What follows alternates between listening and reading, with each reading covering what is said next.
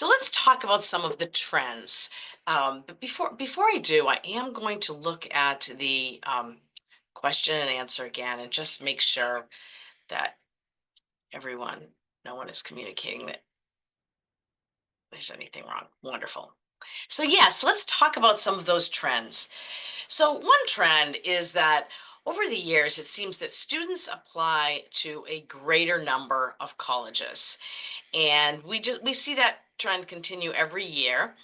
And part of the reason for that is that college is competitive, and students really want to make sure that they have options and choices in the spring of their senior year. So you'll see that, and you may see that your students' school counselors may be encouraging them to apply to, a couple more schools than maybe they originally planned. But I would encourage students to only apply to colleges that they really want to go to. Because students are applying to a number of colleges, sometimes I see students just at a college here or there, even though they don't really think that they would like to attend. So don't waste that list. So students should really, apply to a good number of schools that they would like to attend. And then because students are applying to more colleges, though, that makes demonstrated interest a factor. And what is that? That just means that in the past, when students applied to fewer colleges, a college could count on the fact that if a student submitted an application to that college, that the student really wanted to attend that college. But now colleges know that students do add colleges to their list, and they may or may not really want to attend. And so what colleges sort of look for to try to determine that is, has the student really demonstrated any interest besides just submitting an application? Have they attended an information center session? Have they visited the college?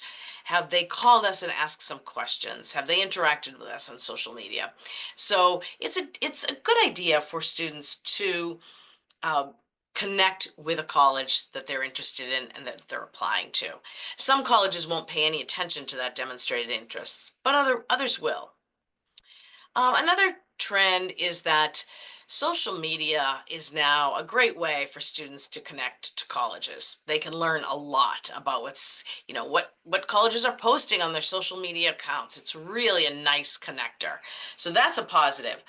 But one thing to just be wary of is that colleges can look at student social media profiles as well. So it's a good idea for students to have those profiles be such that they would be happy to have a future employer or future college, all of that, see their social media profile online. Cost continues to be a very big factor. And in some ways, that's a good thing. When a student and a family are deciding on a college for a student, there are going to be lots of ways that decision is going to be made. But cost should be a factor because you want to make sure you choose an affordable college as well as one that meets all of your other needs. During the pandemic, colleges really changed the way they do business. And instead of having students come and visit college, they had online virtual tours and information sessions and more ways to interact virtually. And then they kept them. So that's really nice for students in that you'll see I'm still going to encourage students to, go visit a campus or interact in many ways with people on a college campus, but they can also do a lot virtually, which is very, very helpful, especially if students are interested in colleges that aren't close by where they live. There are more test optional colleges, meaning that many colleges don't require a standardized test like the SAT or ACT. So students should be aware of that. And because of that, that has made more applications come in to test optional schools, resulting in more selectivity. So that's why students should know this process is competitive. Colleges are selective. A nice reason to put together that nice list so that they will be left with options and choices. And sometimes that even means longer wait lists, and we'll talk about what that means.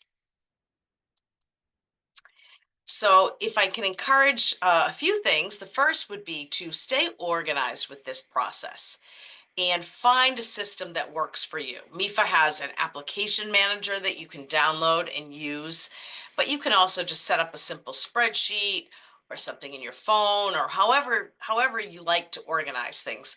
And I know students have all kinds of ways to do that, but it's a really good idea to keep track of all of the colleges you're interested in and what their admissions deadlines are, financial aid deadlines, do they require a standardized test, any notes. You think you're going to remember everything, but this process can get a little bit overwhelming. So make sure you stay organized with it and you don't want to miss any deadlines.